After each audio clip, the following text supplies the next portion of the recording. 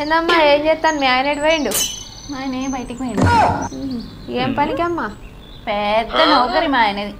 ఓహో పెద్ద నౌకరా? ఏం నౌకరు? కలెక్టరా? కాదండి. ఏది రైల్వే జాబరా? కాదు. పోనీ విమానం నడుపుతాడా? అరే కాదంటే. సరే మరి డాక్టరా? కాదమ్మా. అరే మరి ఏదేంటి షార్ట్ ఫిలిం తీస్తాడా?